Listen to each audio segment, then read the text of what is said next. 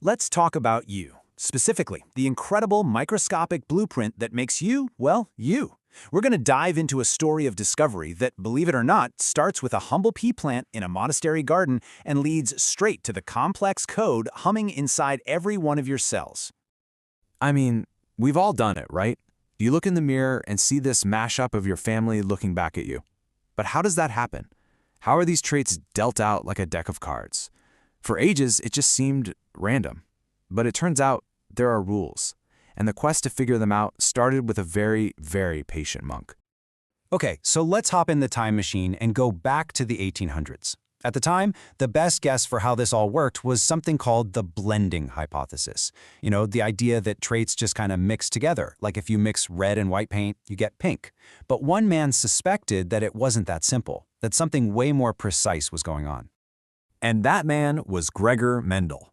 Now, he wasn't just a monk, he was a scientist, a mathematician, a guy who looked at the world and saw patterns. Over 8 years, he painstakingly grew and crossbred almost 30,000 pea plants. Can you imagine? He wasn't just looking, he was counting, searching for the elegant math he was sure was hiding in plain sight. And here's where Mendel was an absolute genius. He kept it simple. He didn't try to figure out everything at once. Nope. He focused on just 7 traits that were clear, either-or deals.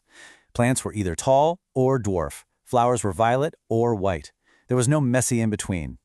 And that clarity, that was the secret sauce. That was the key to cracking the code. So by tracking these very distinct traits, generation after generation, Mendel didn't just find some interesting trends. Oh no, he uncovered fundamental laws. We're talking about predictable, solid rules that explain exactly how life passes on its instruction manual. First up, he realized that traits were determined by what he called heritable factors. This was huge. He figured out they weren't some fluid that got blended or diluted. They were distinct little packets of information, passed down whole and intact from parent to kid. Today, of course, we call those factors genes. Okay, so if there's a gene for height, how do you get both tall and dwarf plants? Well, Mendel figured that for each gene, there could be different flavors or forms. We call those forms alleles. So for the height gene, there's a tall allele and a dwarf allele. Same gene, just different versions. And this brings us to a super important distinction: genotype versus phenotype. The genotype is the code itself, the actual combination of alleles you have, like, say, big T, little t. The phenotype is what you actually see. It's the physical result, like a tall plant. So think of it this way: genotype is the blueprint, phenotype is the finished building. So how did he predict the outcomes of his experiments? With this brilliantly simple tool called a Punnett square.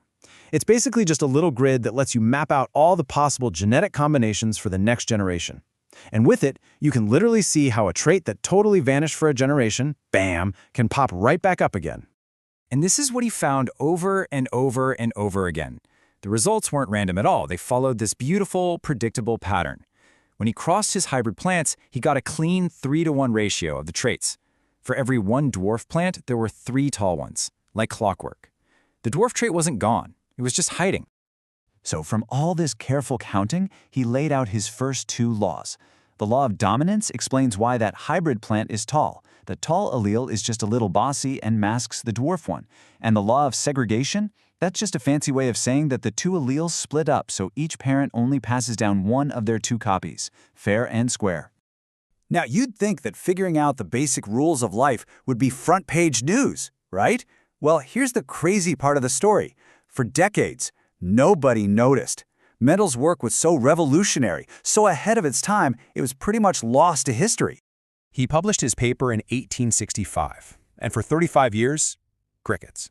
Then, boom, the year 1900 hits, and not 1, not 2, but 3 separate scientists, all working on their own, basically rediscover the exact same rules.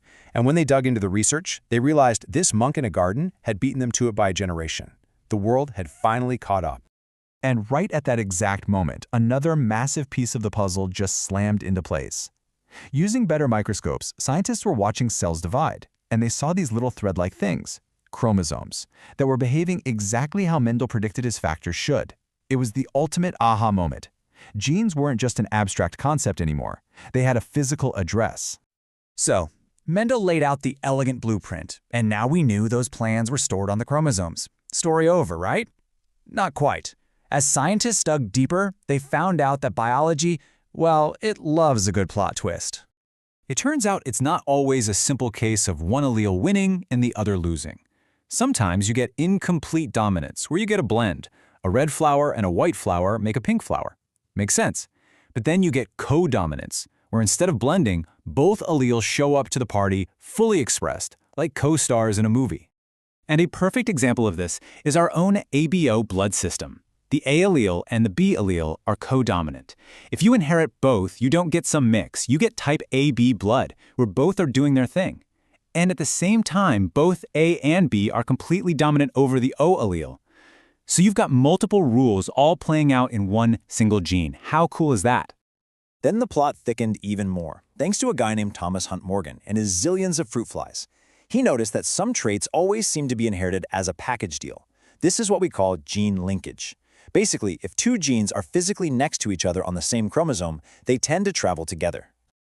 Okay, so from pea plants to fruit flies, we've built up this amazing rule book for how life works. But why does any of this matter to us right here, right now? Well, because these rules are at the very heart of our own health and disease. The source of all this genetic variety, and also the source of many genetic disorders, is mutation. A mutation is really just a change, a typo in the DNA code. It can be as small as one letter being swapped out or as big as whole chunks being moved around. And while many are totally harmless, some can have a huge impact. To track how these traits and disorders move through families, scientists play detective. They use a tool called a pedigree analysis, which is just a fancy term for a specialized family tree. By mapping out who has a trait and who doesn't, they can figure out the inheritance pattern and help predict risks for the future. And a powerful, real-world example of this is sickle cell anemia. It's a textbook Mendelian disorder. The entire complex condition comes down to a single typo in a single letter of one gene. And it's recessive, which means you have to inherit that typo from both of your parents to have the disease. It follows Mendel's rules perfectly. But sometimes the problem isn't a tiny typo in one gene, it's an error on a much, much bigger scale. Take Down syndrome, or trisomy 21. That's caused by having a whole extra copy of chromosome 21. And this just shows you how an error that affects thousands of genes at once can have such a widespread impact on development. So just think about that journey. From a quiet garden to the complete human genome. From counting peas to sequencing our entire DNA. It's an incredible story. But now, with technologies that let us not just read our genetic blueprint, but maybe even rewrite it, we're starting a totally new chapter. The question is no longer just how inheritance works.